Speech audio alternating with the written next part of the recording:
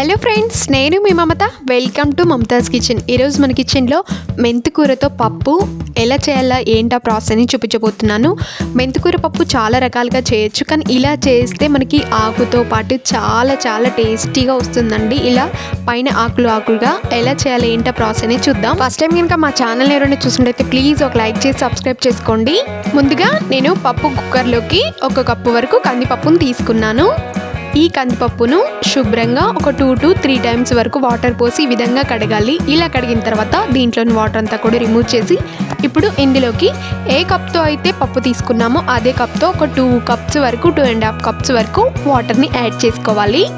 ఇలా యాడ్ చేసుకున్న తర్వాత దీనిపైన మూత పెట్టేసి విజిల్ కూడా పెట్టేసి ఒక 2 to 3 విజిల్స్ వచ్చేంత వరకు ఉడికించాలి. ఈలోపు మనం చింతపండుని చక్కగా నానేసుకుందాం. ఒక నిమ్మకాయ సైజ్ అంతా చింతపండుని ఒక చిన్న బౌల్లోకి తీసుకొని వాటర్ పోసి ఒకసారి బాగా కడగాలి. ఇలా కడిగిన తర్వాత వాటర్ రిమూవ్ చేసి దీంట్లోకి కొద్దిగా వాటర్ పోసి నానబెట్టుకోవాలి ఒక పక్కన. ఇప్పుడు కొత్తిమీరని శుభ్రంగా కడుక్కొని ఒక జల్లి గిన్నెలోకి వేసుకుందాం. చూసారు కదా, ఇలా చిన్న చిన్న పీసెస్ లాగా కడిగి ఒక జల్లి గిన్నెలోకి వేసుకున్నామంటే దీంట్లో వాటర్ అంతా కూడా రిమూవ్ అయిపోయి ఆకులు మాత్రం మిగులుతాయి. అలాగే టమాటాలను 2, పచ్చిమిర్చి ఒక 4, ఉల్లిపాయ ఒకటి ఇలా కట్ చేసుకొని ముందుగానే పెట్టుకోవాలి. ఈలోగా పప్పు అనేది చక్కగా ఉడికిపోయిందండి. ఇప్పుడు కాస్త చల్లారాక మూత తీసి చూసారు కదా పప్పు ఏ విధంగా ఉడికిందో, చాలా మెత్తగా ఉడికిపోయిందండి. మీకు ఇలా మెత్తగా ఉడకాల్సిన అవసరం లేదు, కొంచెం పప్పు ఉన్న టేస్ట్ చాలా బాగుంటుంది. ఇప్పుడు మనం నానబెట్టుకున్న చింతపండుని సపరేట్ చేసి రసాన్ని ఈ విధంగా యాడ్ చేసుకోవాలి. ఇలా యాడ్ చేసుకున్న తర్వాత ఒకసారి దీన్నంతా కూడా బాగా కలుపుకోవాలి. చింతపండు కలిసేలాగా. ఇప్పుడు దీంట్లోకి రుచికి తగ్గట్టుగా ఒక 2 టేబుల్ స్పూన్ వరకు సాల్ట్ని యాడ్ చేసుకోవాలి. ఇలా యాడ్ చేసుకున్న తర్వాత కొంచెం టేస్ట్ చేసి చూడండి సరిపోయిందా లేదా అని చెప్పేసి.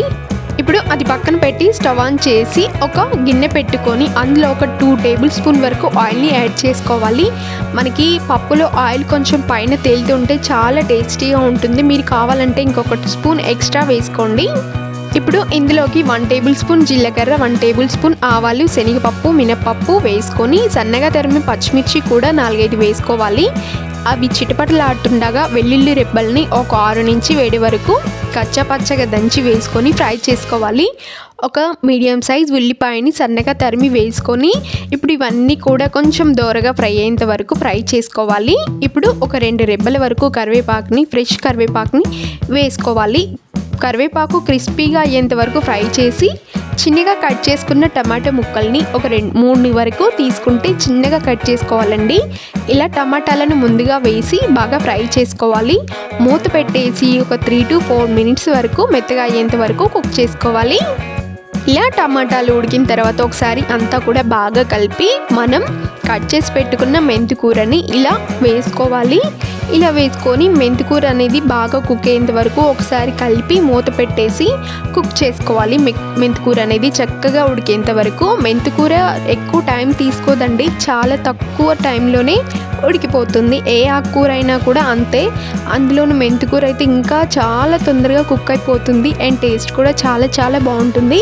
ఇప్పుడు ఈ మెంతికూరని ఇలా కలిపాం కదా, ఒకసారి మూత పెట్టేసి ఒక 4 మినిట్స్ వరకు కుక్ చేసుకుందాం. ఇప్పుడు మెంతికూర కుక్ అయిన తర్వాత దీంట్లోకి ఒక 1/2 టేబుల్ స్పూన్ పసుపుని వేసుకొని ఒకసారి బాగా కలుపుకోవాలి. అలాగే రుచికి తగ్గట్టుగా కొంచెం సాల్ట్ని వేసుకోవాలి, ఎందుకంటే మనం ఆల్రెడీ పప్పులో వేసాం కదా.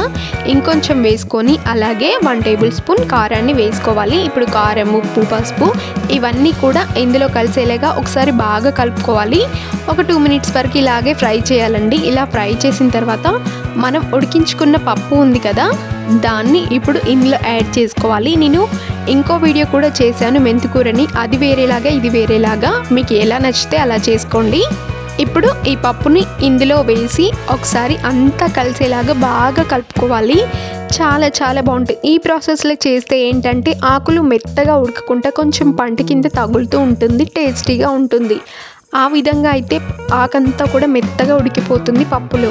సో మీకు ఏ విధంగా నచ్చితే అలా చేసుకోండి. సో దీన్ని ఒకసారి బాగా కలిపి ఒక 3 మినిట్స్ వరకు సిమ్లో పెట్టుకొని ఇలా ఉడికించుకోవాలి. మనకి ఉడికించుకున్నట్టయితే ఇంకా పప్పు అనేది రెడీ అయిపోయినట్లే. మీ దగ్గర కొత్తిమీర ఉంటే పైన కొంచెం వేసుకోండి, చాలా బాగుంటుంది.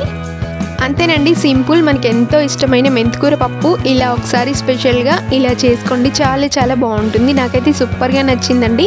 సో మీకు కూడా నచ్చుతుందని అనుకుంటున్నాను. సో నా వీడియో కనుక నచ్చితే లైక్ చేసి మీ ఫ్రెండ్స్కి షేర్ చేయండి.